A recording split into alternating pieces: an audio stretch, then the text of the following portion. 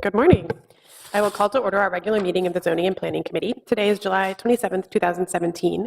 I'm Lisa Bender. I chair the committee. We have a quorum with Council members Reich, Goodman, and Andrew Johnson. I think we expect Council President Johnson and Councilmember Warsami is absent. We have 4 items on our agenda today. As we typically do, we'll start with the 2 consent items first and then return back to the public hearing. Item number 3 is a rezoning for a mixed-use development at 11 West 15th Street near Nicollet Avenue. And item number 4 is passage of an ordinance amending our zoning code to adjust our yard and setback requirements in non-residential zoning districts. I'll move items 3 and 4. Any discussion? Councilmember Goodman. Thank you, Madam Chair. I just want to make a note of item number 3, which is rezoning to facilitate a project that we just approved bond financing for in the Community Development Committee this week. I want to note this is an activity district that was zoned C1, and the developer came forward and put out a project that the neighborhood strongly supports, and as a result, we're changing the zoning to C2. This might be a little similar to the situation we dealt with in committee and the council in the last cycle, except for the difference is the neighborhood's really supportive of a 6-story building on this commercial corridor at this location. And I'll note that this project in particular is important to the city because there are 44 3-bedroom apartments being built on this site, which is almost unheard of, as well as almost 90 2-bedroom apartments, 100% affordable to people at 60% or lower of the metro-wide median. The neighborhood wanted some retail in the project. There will be retail in the project. In fact, it sounds like there might be some of the existing tenants who might come back. And this is on a block that has been long underutilized. It's on Nicollet between 15th and the highway. So I think this is a good example of a win-win where the developer went out of their way to work with the neighborhood that had very low zoning to do something that they really wanted. And you can see that I don't think there's anyone here to object to the change in zoning today. So I'm really excited about it. And I just wanted to point out that sometimes the process of tying the zoning upgrades to a development project that people support works. Great, thank you. So then on the motion to approve items 3 and 4, all in favor, please say aye. Aye. Any opposed? Those carried. We're joined by Councilmember Warsami. So that will return us back to item number 1. We'll start with the staff presentation and then have the public hearing.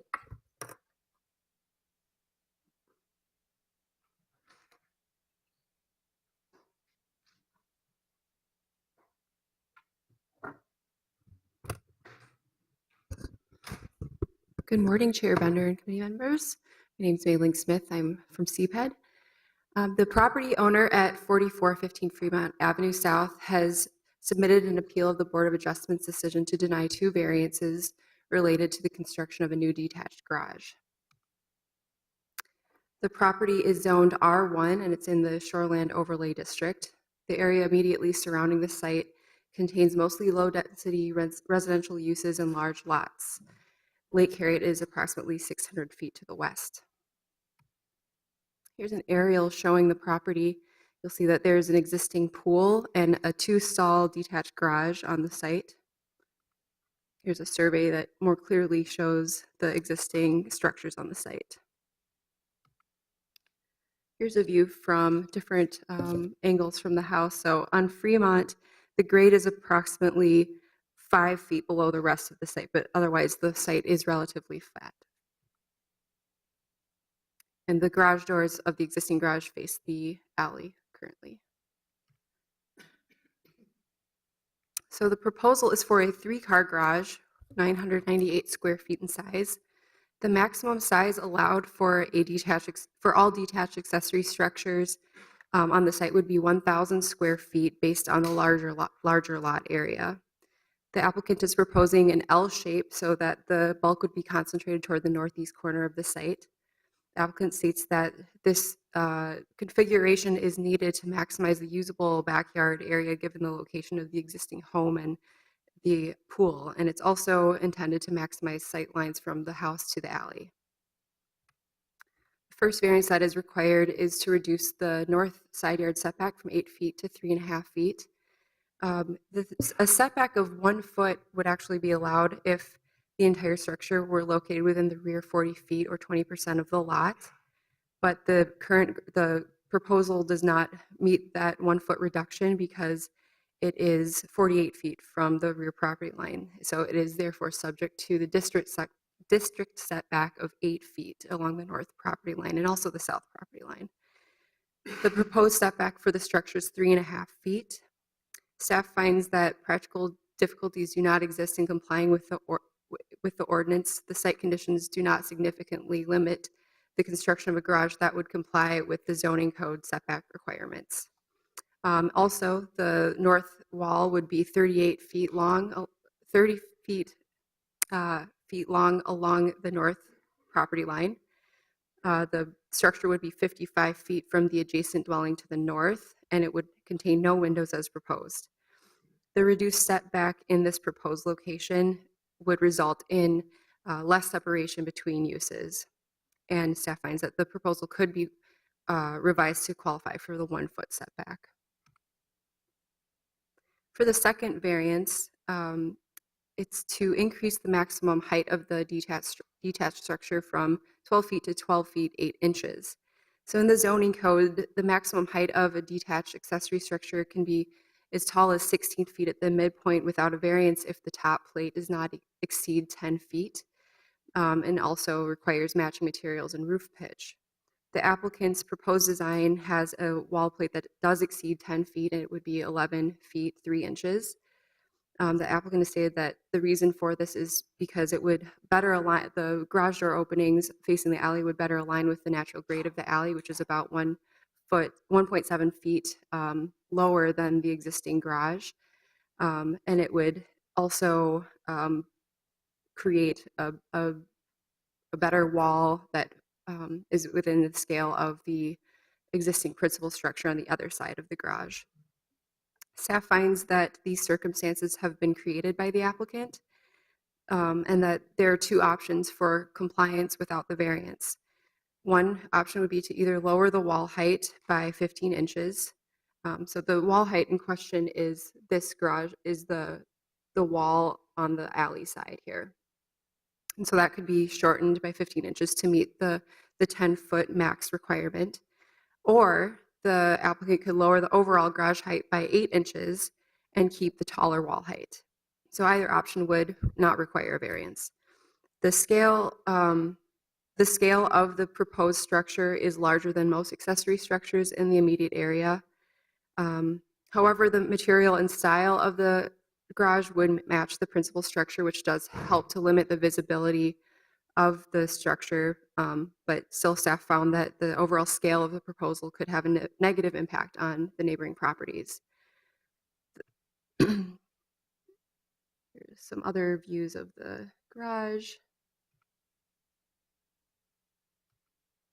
The Board of Adjustment acted to deny both variances on June 22nd.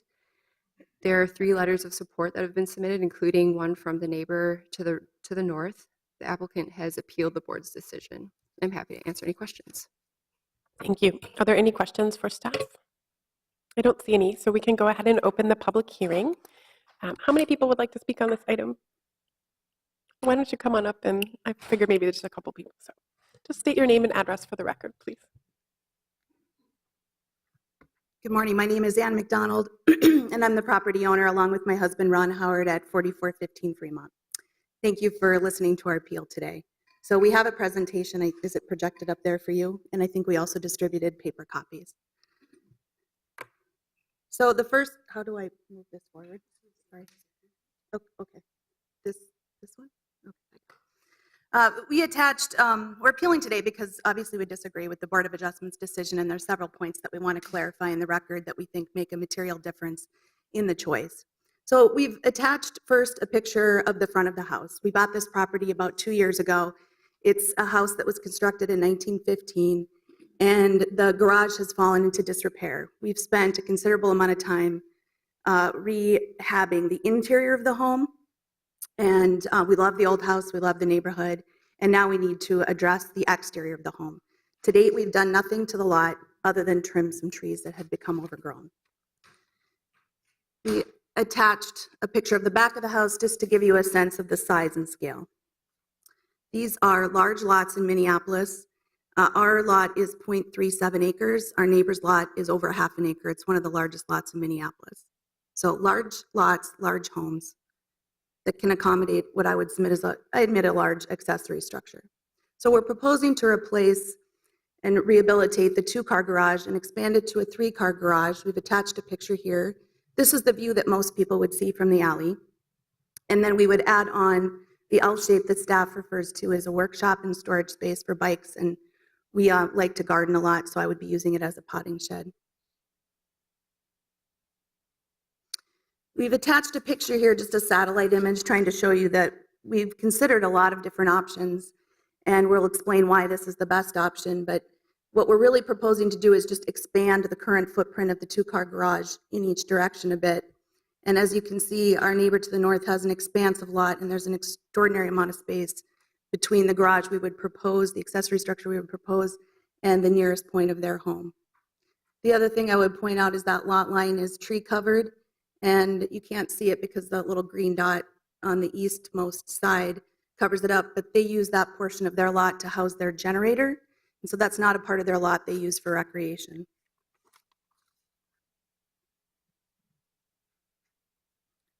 One of the reasons we're here to appeal today is the standard that's being applied. We think that Board Member Softly, he voted for the variance, both variances, and we think he really understood our perspective and articulated the standard well and pointed out that the standard isn't whether there's any other alternative that can be built, it's whether there are practical difficulties. And he articulated that we don't have to look for undue hardship or any other alternative. It's just whether there's a practical difficulty to building them, and then a variance can be granted. We've included some statistics for your reference here. We have it's a large footprint home, 2,300 square feet, and it's double story, so it has significant presence on the lot. But even with this accessory structure, we'd be well below the lot coverage limit. So we're allowed to build up to 45% of the lot, and we're less than half of that at 20.7.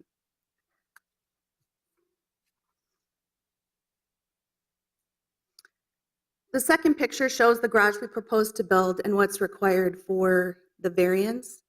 So you can see we're allowed to build up to 40 feet on the lot, and we're proposing that we can go 8 feet beyond that 40-foot line.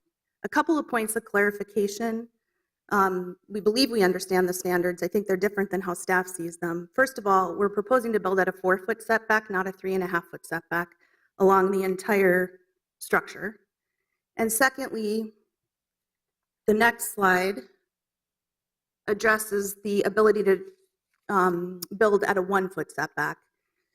Our understanding of the code is that there's no scenario in which we can build at a 1-foot setback, and that's driven by the eave depth of the principal structure. So the house has very deep eaves, and our understanding is that the accessory structure needs to match the principal structure, both in terms of the siding, so we need to match the brick house with a brick garage, and then we also need to match the eave depth, and then that eave depth drives the setback. And so we're required to build at a 4-foot setback no matter what we build, and that's what we're proposing to do.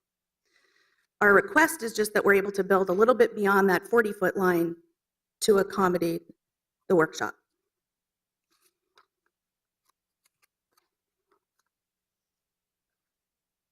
So we've articulated the standards here. We obviously need to have unique circumstances that create practical difficulties that are not of our creation.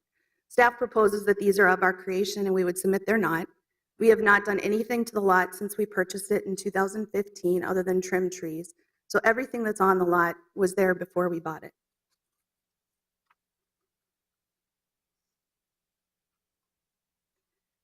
The unique circumstances that exist on this lot there are 3. The first is that she articulates that it was a flat lot. It is a flat lot in the back with the exception of the very end of it. It drops 20 inches from really the very end into the alley. And you know, when you hear 20 inches, that may not sound like much, but just to give a sense of that, that requires right now a 17% slope to go from the alley into the garage. And we've given you on the next slide, we were only able to find this in the Rochester code, not in the Minneapolis code, but it was consistent with what our architect and our contractor told us, that in a winter climate, a safe and appropriate driveway is built at a 2 to 6% slope. So you obviously need some slope to accommodate runoff and drainage, but a 17% slope is right now 3 times what the safe limit is. And having lived in the house now for one winter, 3 of our 4 family members have fallen back there during when it's icy. So we need to address that and get that slope more in alignment with what a safe and appropriate standard is. And to do that, we are proposing to dig out some of the earth and level it out a bit. But that creates a unique circumstance along that lot. In addition, then, to hold the yard up, there's a berm along the rest of it beyond where the existing driveway is. And it's a substantial berm that holds that lot in place. Secondly, attached a picture here. It's a relatively challenging alley to navigate. And you can see in this picture, our lot is a bit unique in that the other lots, as you move from 44th or from our address at 4415 to 46th Street, all those other garages are built on grade. And it's right at our lot line that that alley starts to drop down to get to 44th Street.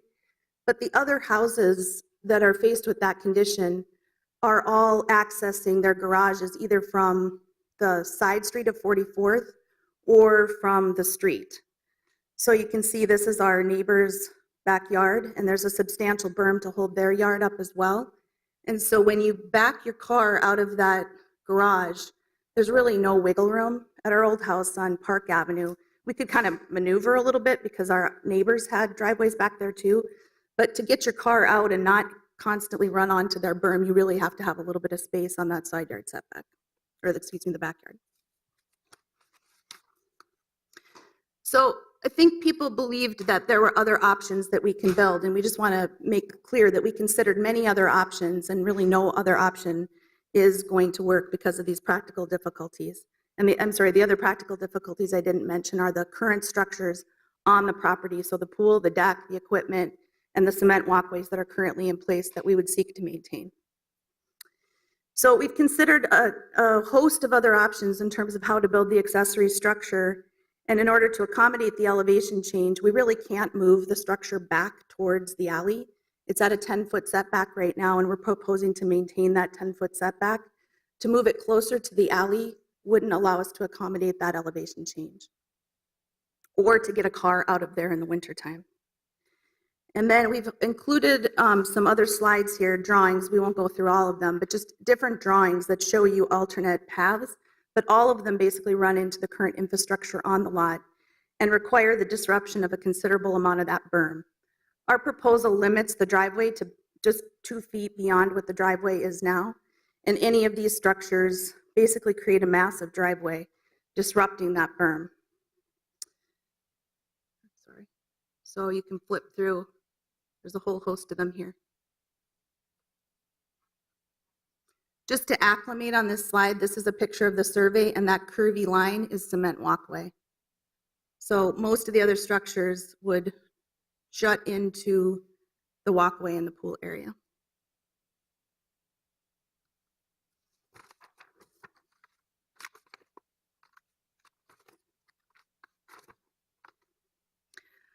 On the second standard, because of the large lot size of both our lot and our neighbor's lot, there's substantial room in between what we are proposing and what they're proposing. I completely understand that if we were on sort of a normal city lot, to go to 40 feet might put you right next to someone's house, but in this case, it just doesn't. Our neighbor to the north would be 50, their closest point on their house would be 55 feet away. There's a substantial amount of light and air and open space, and they have written in support of the variance, as has our neighbor to the south and our neighbor across the alley.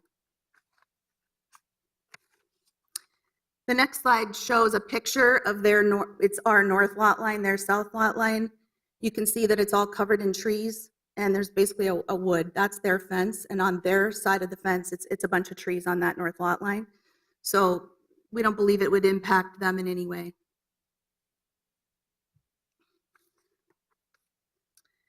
Finally, staff proposed that the essential character might be injurious to the neighbors, and cited the lack of windows on the north side. We'd be happy to install windows. That was merely an oversight in our plan. We'd be happy to do that. Further, they mentioned the shape of the garage, And the shape is not really visible from anywhere except our second story. The neighbors to the north would see just a wall. The neighbors from the alley or anyone passing in the alley would see that picture I showed you of the three-car garage. And the neighbor to the south would just see kind of an obstructed view of the side through trees again. Further, they cite that the L-shaped structure is not in keeping with the neighborhood. We would disagree with that. The neighborhood has a wide variety of structures. That's the beauty of living in Minneapolis. Everything's a little different. It's not a development. There are between 2 and 4-car garages. There are people who have garages and additional accessory structures. Some are tuck under, some are attached, some are detached. So we don't feel that what we're proposing is in any way out of step with the neighborhood. The addresses that we cite here, and we have pictures in the back of the deck if you care to reference them, are all examples of garages that have been built that are structured really in the same way as ours. And they're concentrated on the north side of the lot, and they're in an L shape. So to summarize on this variance, we think that Board Member Softly really summed it up well. We think he applied the standard correctly. It's been cited in the staff report as well as by some of the members of the board that the size is what's driving this problem, but we think that Mr. Stoffley summarized it nicely. And that is that we are, under the code, allowed to build a 1,000 square foot accessory structure, but that because of the layout of the property, we're challenged to do so. And so this is a massive lot by Minneapolis standards, and these minor accommodations would be appropriate to allow for the construction. For any of you who have remodeled, you know that it's not as easy as starting with just a blank slate. If we were starting with a tear down here where there was nothing on the structure, I would agree it wouldn't be appropriate for us to come and ask you for a variance to do this. But we're trying to improve the property within the parameters that we've been given by the 100 years of development that have occurred on the property, as well as the natural conditions of the elevation change.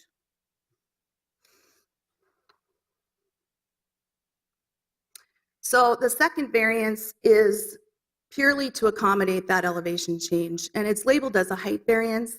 I really see it as an interior wall variance, and we've put this diagram in here. I had to draw it for myself because I struggled to put this all together in my brain as we were talking about it with our architect and our contractor. So what this picture shows, on the right-hand side would be the home, and on the left-hand side would be the alley. And in order to accommodate that 20-inch elevation change, we're proposing to dig out some of the earth and sink the garage a bit into the dirt to create a slope on the alley side that's more in keeping with that 5 to 6% that's appropriate. So we would be entitled, if that was the end of the story, if we were just building a garage, we could build between 12 and 16 feet purely with administrative review. We wouldn't have to ask for a variance. But because we're digging down, and we need to build the interior wall in excess of the 10 feet to accommodate that dig down, that's what pushes us into requesting a variance for the 12 feet 8 inches. So we propose the 12 feet 8 inches and working with our architect to build a garage that's in proportionality to the house. We could shrink it down, but we believe it will look squat in comparison to the home. And so we're asking for the additional 8 inches to build a proportional structure, but then accommodate that dig down on the interior wall of the garage. None of the interior wall will be visible to the neighborhood. They'll only see the 12 foot 8 inch garage.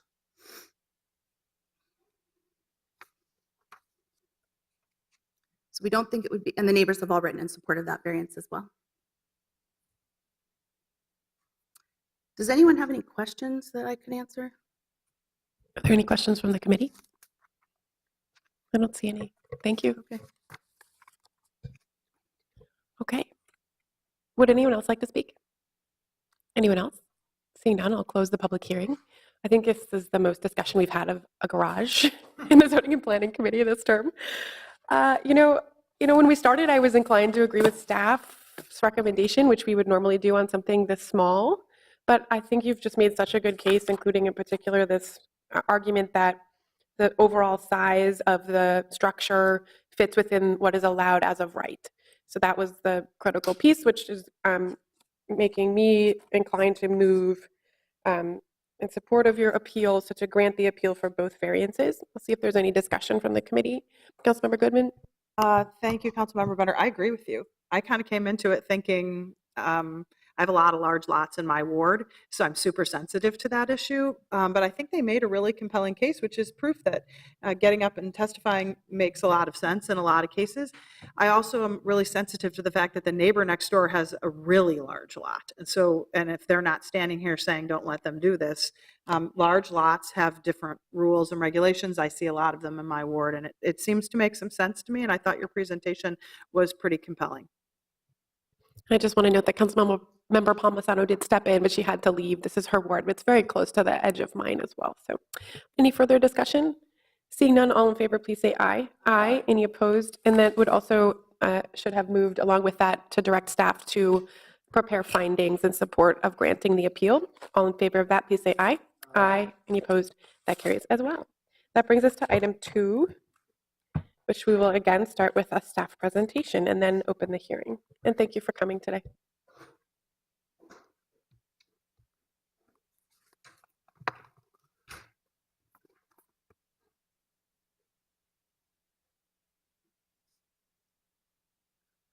Good afternoon, Chair, committee members. I'm Andrew Liska in CPED.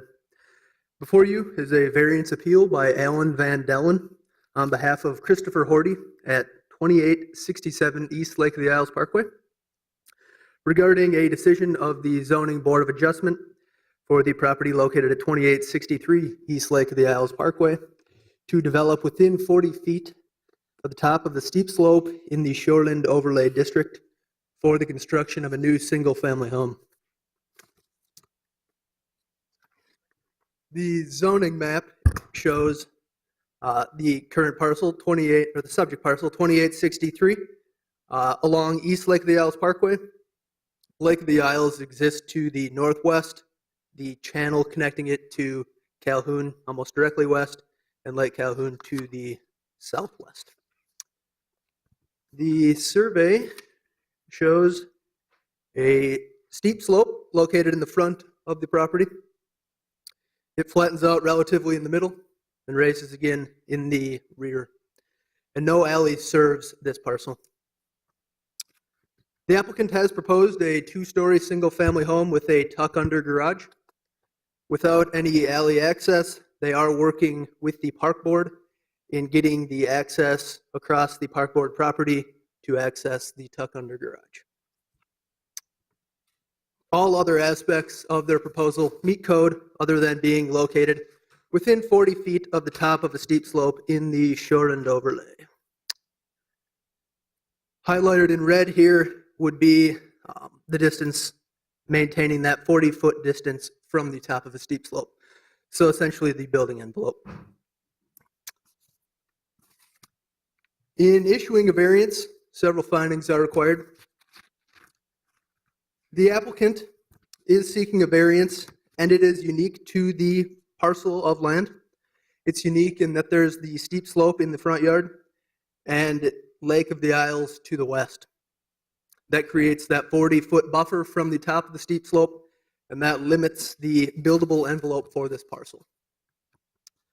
The applicant is proposing a reasonable use of this property. It's a single-family, 2-story dwelling, tuck-under garage, very consistent with this zoning district.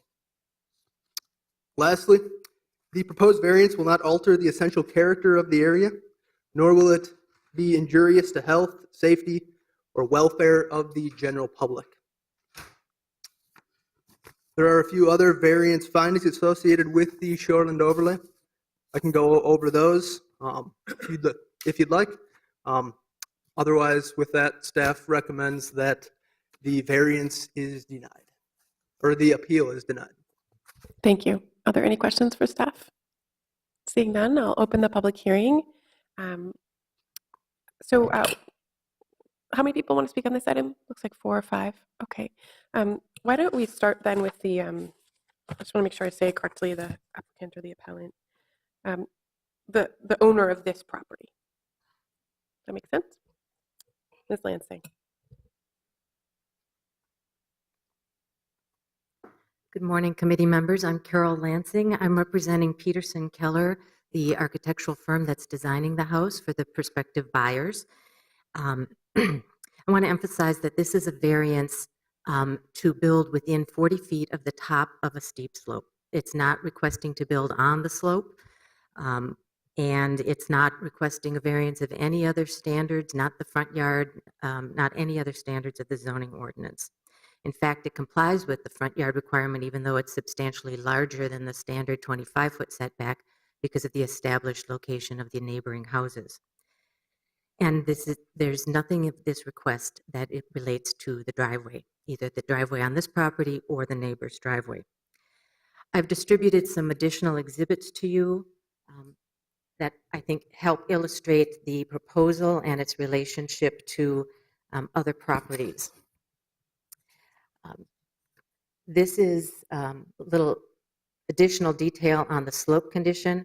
All of this area that's shaded in gray is where the slope exceeds 18%, making it a steep slope, and the red lines are where that condition exists for 50 feet or more, which is what triggers this need to be 40 feet back from the top of the steep slope. You can see that these neighboring houses to the south and the north are also within 40 feet as they are built top of a steep slope. The red area shows you the allowable building area without a steep slope variance, and it's set back like over 85 feet from the front property line. This is the front property line here. There's quite a bit of park board owned land between the front property line and the street. This is the site plan, shows you the proposed home in relationship to the neighboring houses. It's a little hard to see here, but this red line is the string test front yard requirement. And so this house does meet that test. In fact, efforts have been made to step it back even further from that front yard along the south property line. Views from this house to the lake are not something protected by any of these ordinances. That might be a front yard consideration. Again, no front yard setback, but consideration has been given there. This shows you allows to preserve some backyard usable for this property, shows you the location of the driveway that the park board has basically mandated that this driveway connect to the neighbor's driveway. All of this, though, is in park board land. And that's not something that our clients have any control over, although we understand there's concerns about it. It's also not related to the steep slope variance. This I've just drawn in. This is the footprint. It's in orange on the exhibit you have. I just darkened it to show you the footprint of the house that used to be there that was demolished in 2010. Basically, we're talking about the same footprint. Again, not a requirement, but a question that's been raised. An aerial of the houses. This is the vacant lot that we're talking about. This is the established pattern of setbacks along this part of the parkway. To require this house will be in character with that historic character, and to require it to be further back would be, I think, jarring and not what the city looks for in establishing yard requirements. Just another illustration rendering of an aerial of how the houses will be set back in relation to each other and the driveway, and then again showing that although not a protected interest, the house to the south, the appellant's house, will continue to have views towards the lake. And one thing I wanted to note, it's been suggested that the house should be built at least within the footprint of the old house. That location would also require a variance from the top of a steep slope. The project request does meet the requirements for a variance. The circumstances are unique.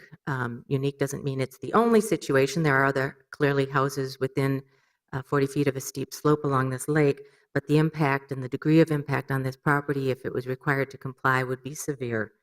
The steep slope is not a natural condition. It was created when the parkway was graded many, many years ago, and the dirt, and I think there might have also been some dredging of the lake to make it more lake-like, and it all pushed up and created an unnatural steep slope. Development then on this lot without a variance is a practical difficulty for allowing a house of reasonable size and preserving backyard space. Again, the proposed location is also in keeping with the spirit and intent of the ordinances. The shoreland ordinances are intended to preserve the quality of the public waters and the public's experience of those waters and the natural environment. Again, this doesn't disrupt a natural condition. It's in no way detrimental to the water quality or the people's experience of the lake. And as I mentioned, forcing the house to be more than 40 feet back from this, or 40 feet back from the steep slope, would be out of character with the city's ordinances that encourage kind of a uniform character of setbacks. It is not required to be reasonable that that we show you that there are no other options. We need to show you that what's proposed is reasonable. The fact that you could build a house that's smaller and further back does not mean that the variance standard is not met. And as has been shown, the character of the area is consistent with the proposed setbacks, so it will not alter the essential character of the area. The purpose of the ordinance is unrelated to views of the lake, but efforts have been made. This will not be injurious to the use of either neighbor's property in terms of where this house is located. We understand that there are concerns about adding another user to the bottom of the driveway that starts on the neighbor's property because of the steepness of the driveway on the neighbor's to the north property. But this variance is unrelated to that condition. I am here for additional questions. Lars Peterson, the architect, is here if you have questions about the design. And Travis Van Leer, landscape designer, is also here, who's got a lot of experience with steep slope conditions. Thank you. Are there any questions? There aren't any. Would anyone else like to speak on behalf of the applicant or the property owners for this property? Anyone else? Okay. Then why don't we have the appellant come up and speak?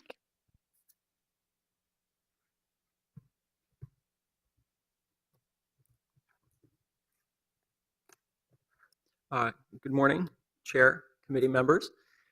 My name is David Dobmeyer. I'm with Stinson Leonard Street, and we represent Christopher Horty in this appeal of the Board of Adjustments grant of the variance to develop within 40 feet of the top of the steep slope in the Shoreland Overlay District at the subject property 2863 East Lake of the Owls Parkway.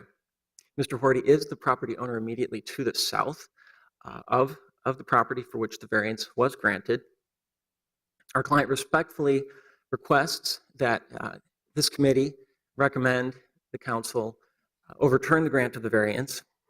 Mr. Horty maintains that the Board of Adjustment essentially disregarded the plain meaning of the controlling ordinance when it granted the variance in these circumstances. As you well know, there are 3 required findings to grant an ordinance. The first requires practical difficulties in complying with the ordinance due to circumstances that are unique to the property.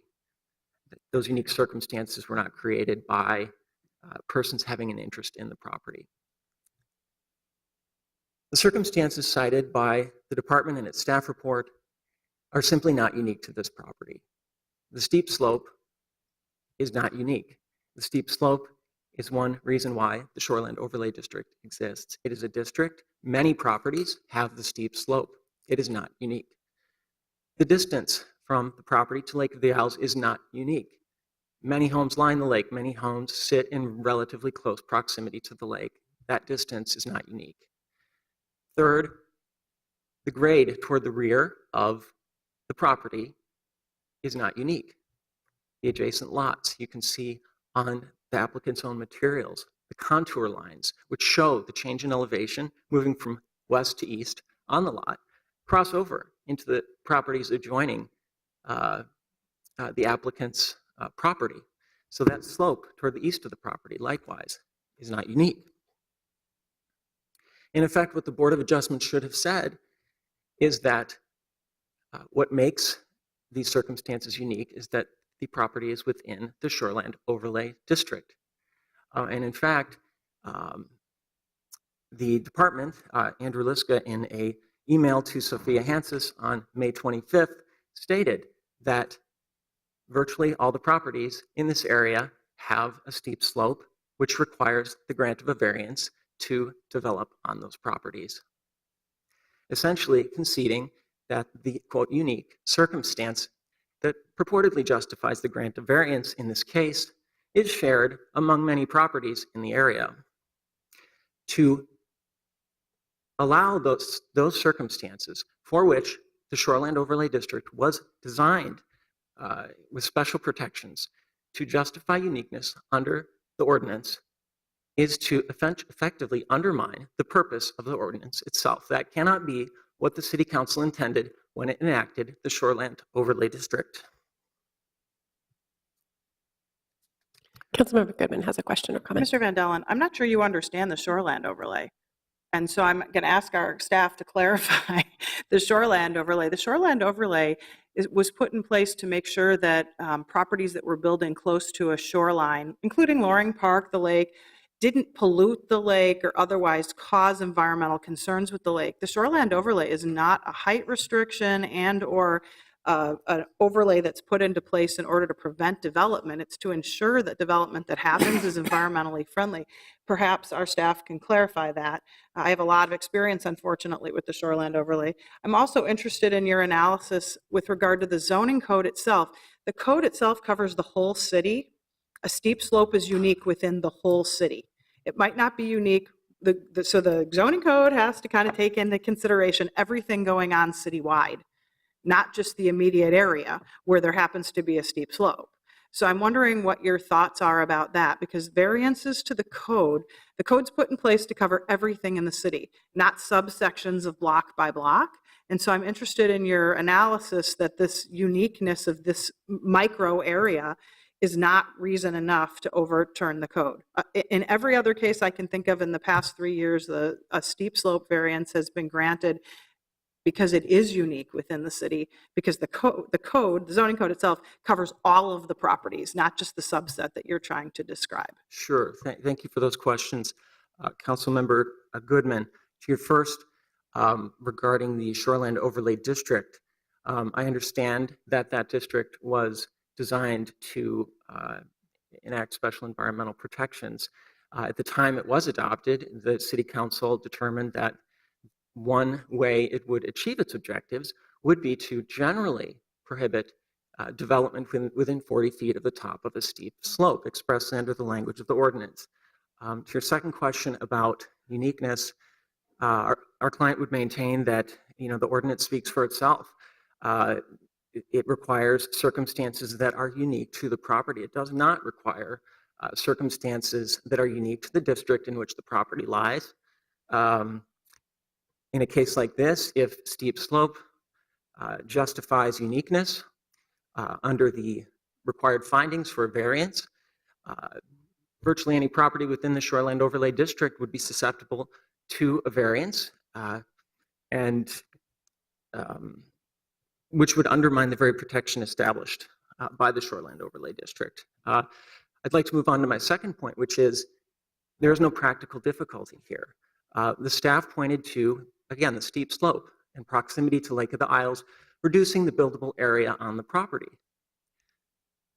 But that buildable area has been highlighted and showed, it's in the record. It is an area in which the applicant could build without practical difficulty. They've requested the variance because they do not want to build there because it would reduce the size of their backyard. One solution to that would be to design a smaller home, which would allow for that backyard they seek. Likewise, they do not want their house set so far back because it would reduce their views of the lake. I guess we're not convinced that having to build a home with slightly less than spectacular views of the lake results in a practical difficulty. Thank you. I'm going to ask the staff to respond to the 2 points that Mr. Van Dellen brought up with regard to the shoreland overlay and also to the steep slope being a unique condition as it pertains to the code. Do you mind? Let me just check. Sir, do you have more points in your testimony? Should we just let him finish? But I imagine that staff will need to respond to all of it. Okay. Let's just complete the testimony and then. Thank you. In short, the applicants would face no practical difficulty building in this buildable area without violating the ordinance. If you look on the applicant's own diagrams, it shows the footprint of the home to the north. A footprint that approximates that kind of size and placement of a home would work perfectly well on the property. And The only practical difficulty here was really created by the applicants in insisting on building a home of a specific design, of a specific size, and on a specific location on the property. The second requirement states the applicant proposes to use the property in a reasonable manner that will be in keeping with the spirit and intent of the ordinance. We've discussed the spirit and intent of the ordinance and the fact that the City Council in its wisdom determined that to best effect the objective of the ordinance requires in part that development will generally be prohibited within 40 feet of the top of a steep slope. Once again, to use circumstances that are not unique to this property, but rather common to many properties in the Shoreland Overlay District to fulfill the uniqueness requirement of the variance requirement under the code would be to subvert the intent of the ordinance and basically run an end run around it. The third requirement states that the variance must not alter the essential character of the locality or be injurious to the use or enjoyment of other property in the vicinity. The renderings submitted by the applicant show a very large structure that really dominates the surroundings. It's pulled as far forward as possible to the top of that steep slope, even further than the property that existed there until it was demolished in 2010. They've designed a home that is built as tall and as wide as the city will possibly allow and added a large new area of impervious surface right in front of the home and approaching the steep slope. This will change the essential character of that locality. By contrast, the surrounding homes appear appropriately sized in relation to each other and the size of their respective lots. Last, I want to point out that our client's use of his property, his enjoyment of his property would be harmed. Council Lansing's diagrams presented an image prepared by the architect showing the alleged views our client will still enjoy following construction of this very large house set very far forward on the property. And we respectfully dispute the impression left by that rendering. Our client maintains that his views would be largely eliminated by this new home and its placement. Now, we're not asking for an exception from city law to protect our client's view. By contrast, the applicants have requested and been granted a variance so that they can achieve a view they would not otherwise be able to achieve without that variance. Now, if the city is going to take into consideration the applicant's concern for its view in deciding to allow it a variance from the shoreline overlay requirements, then by right, or in fairness rather, the city should consider our client's concern for the effect of the variance on his view of Lake of the Isles. Two final points our client would like to make relate to factors stated in the Shoreland Overlay District Ordinance as being required to consider in the grant of an ordinance. The first is the view of the developed parcel from the lake. Again, as I've said, this would be a very large structure, not just pulled far forward, but tall and wide, with a large area of new impervious surface on the lot, which would be the view seen from Lake of the Isles, which ties into a second factor stated in the Shoreline Overlay Ordinance, which is the extent to which that view will be limited from the lake, from view, from people on or near the lake. The department has stated that vegetation and foliage on park board property would shield the development from view of those using the park and the lake. We don't believe this is true. Trees will be removed to facilitate construction of a driveway, enabled as a result of the grant of an encroachment permit by the park board. Additionally, for most months out of the year, the foliage will be far less than it is now in sunny July, resulting in, frankly, a clear shot view of the development. In conclusion, zoning ordinance, as you all know, are not meant to guarantee every property owner the right to build their ideal home in their ideal location on their lot. The applicants here have proposed to the city a design of a specific home of a specific size on a specific location, and then claim practical difficulty and uniqueness when they can't comply with the ordinance they can't comply with the ordinance without they can't build their home, without a variance. To uphold the variance in this circumstance would be not only to undermine the Shoreland Overlay District protections, but it would injure our client's view of the property and harm the character of the locality. And for these reasons, our client respectfully requests this committee overturn the grant of the variance. And thank you very much. Okay, thank you for your testimony. Would anyone else like to speak? Please come on up. Sure.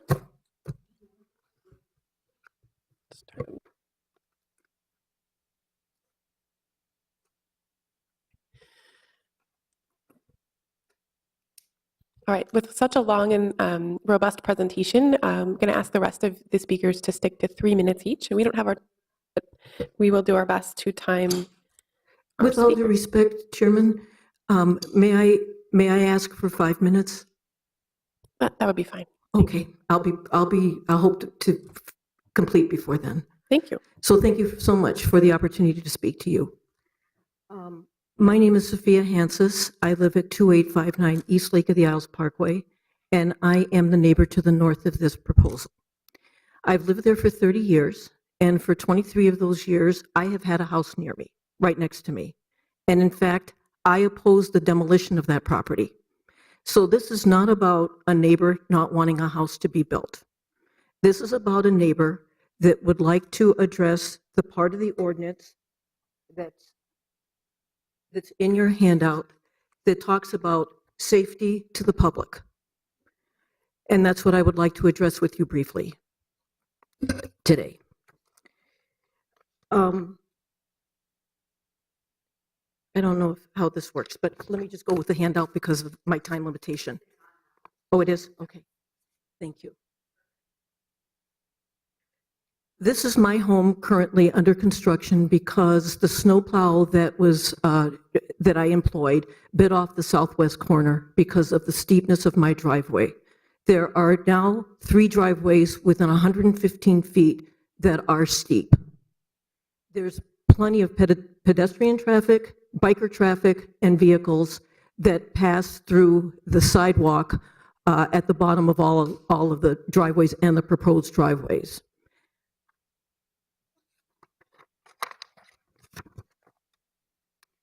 This is another view of my house currently under construction. Significant damage was done to the outside and the inside. This is a repair. This is not a remodel.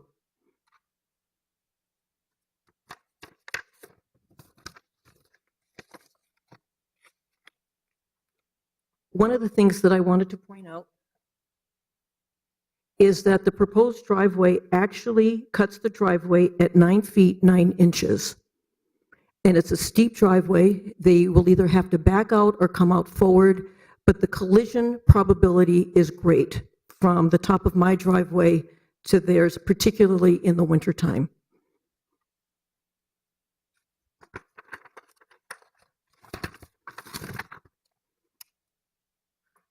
I just wanted to, this is my car parked at the bottom of the driveway, just to let you know how close quarters it is.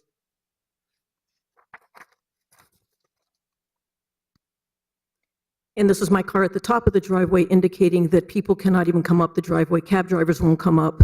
My guests won't come up the driveway because of the steepness.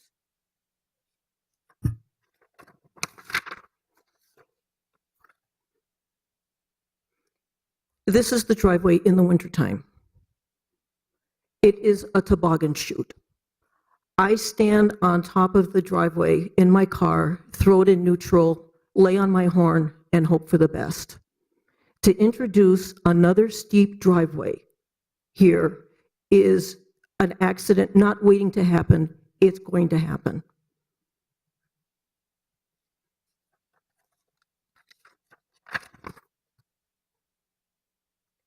Both the city and the park board have provided signage for me because they've been there and they know what I'm up against. And I'm not an ageist person, but the older I get, the slower my reflexes for that driveway.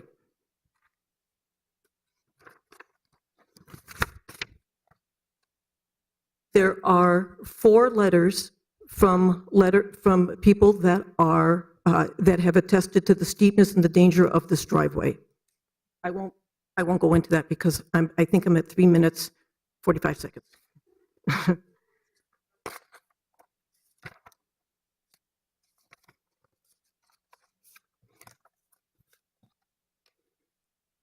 One of the arguments that is made is that, okay, precedence has been set. You know what? The neighbors next to me have a shared driveway. Suck it up and share your driveway. What I want to share with you is that my driveway is 14 feet at the bottom. This one here is 29.4 feet with a flat entrance.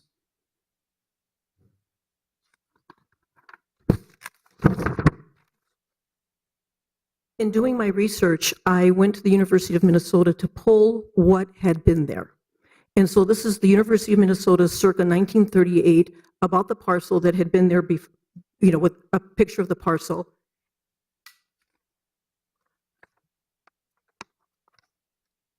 And lo and behold, a driveway. There was a driveway that existed on that parcel at that time. And Bernita Myers was the woman that lived in the house, and she told me that because they didn't have a car, that they didn't utilize a driveway. I think we need to just adjust that image there. I think we could see it. Oh, I but beg your just pardon. wanna- It's there we go. also in your Yep, packet. there we go. It's right there. Okay, thank you.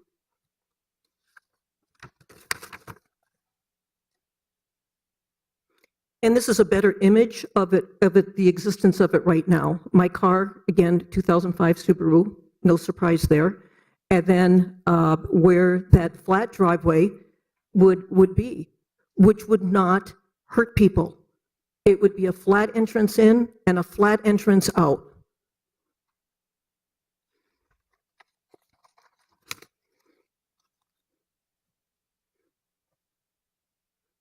I know you're not the park board. I know you are, but it does affect when you have it in your own code about safety. So I did the calculations for impervious surfaces, and lo and behold, utilizing that flat driveway is less impervious surface than what the proposed access is cutting through my driveway.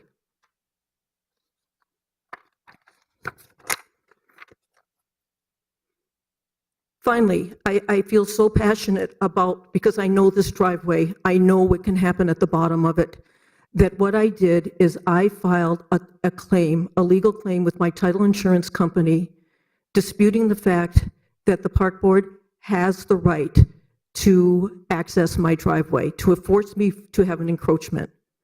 And so now where it is legally is that they're looking for the easement that I believe I'm granted, that this property was granted way back, because it can't just be my driveway.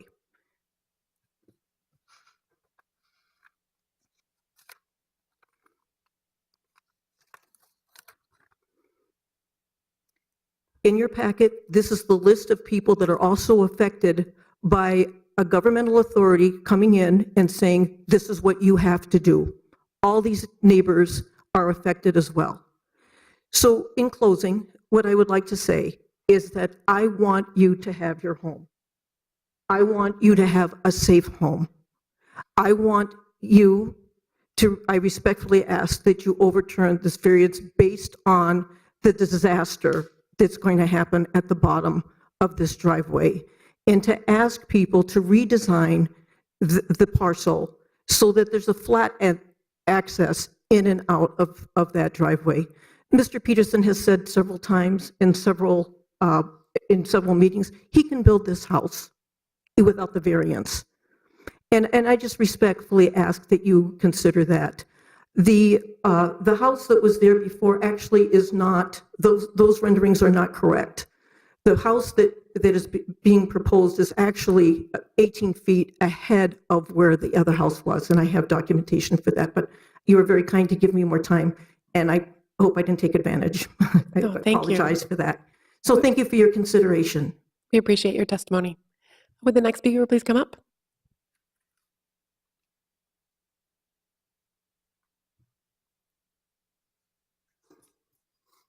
Welcome. Hello, Chairperson Bender, committee members. My name is Peter Mason. I live at 2513 Irving Avenue South. I'm also a board member of the East Isles Residents Association. Unfortunately, I'm here today to clarify numerous misstatements made in the 7-page support statement by the attorney, Mr. Alan Van Dellen, representing Mr. Horty in support of the appeal of the Board of Adjustment's grant of a variance for this property. That's the only reason I'm here.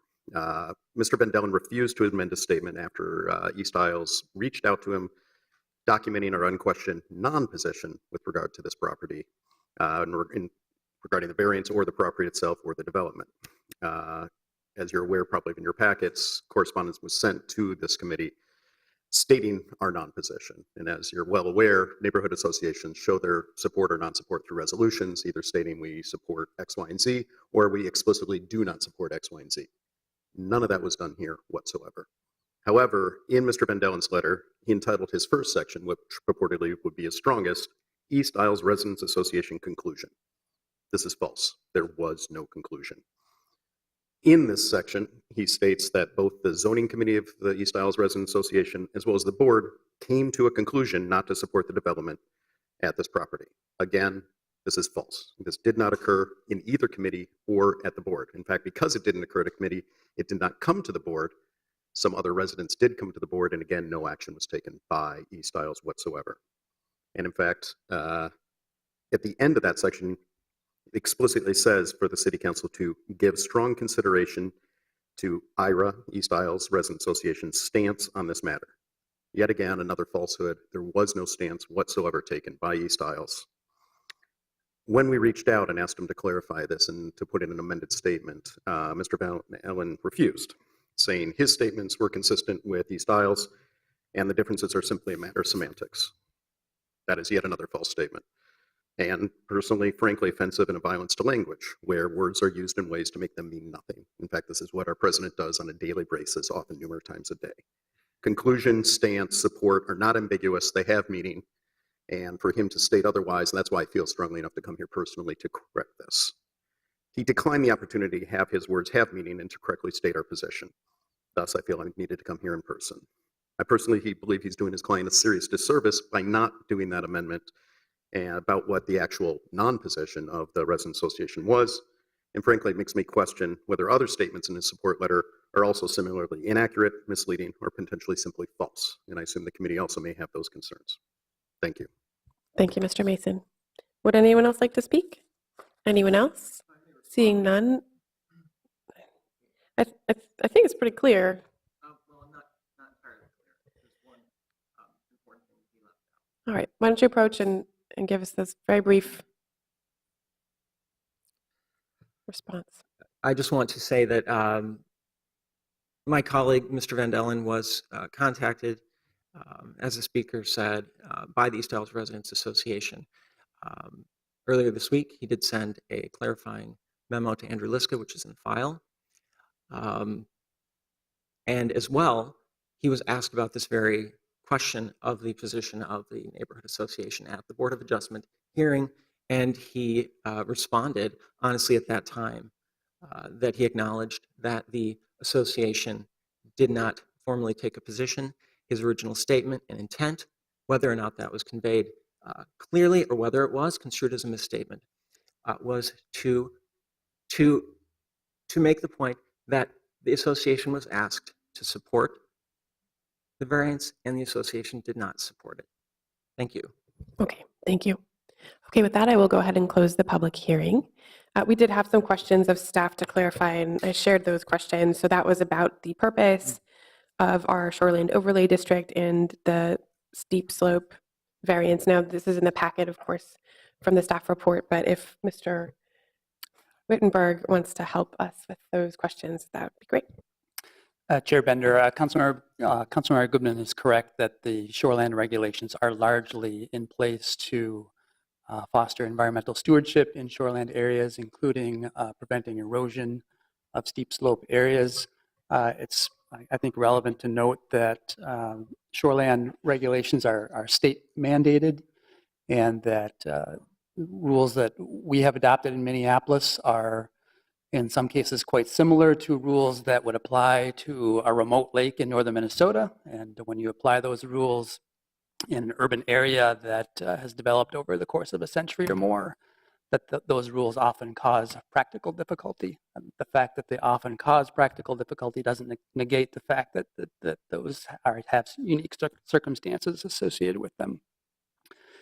Also, it's important to note on the note of practical difficulty that the standard is not that the applicant has some ability to develop a home somewhere on the property. It's is the proposal a reasonable use of the property in question?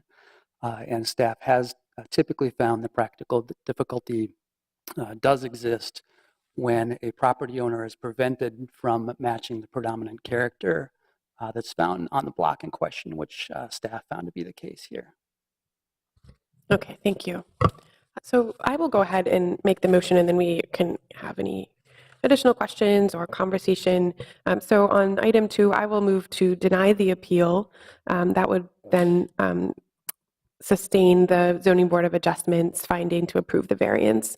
And I'll just briefly say, we have the situation here that's essentially created by the park board's position on the driveways, and none of the parties here have any control over that. And I understand the position of the lawsuit that's aimed at the park board. Of course, us as the Zoning and Planning Committee, as the City Council, have no authority over that park board decision. And so that leaves us with the condition that we have.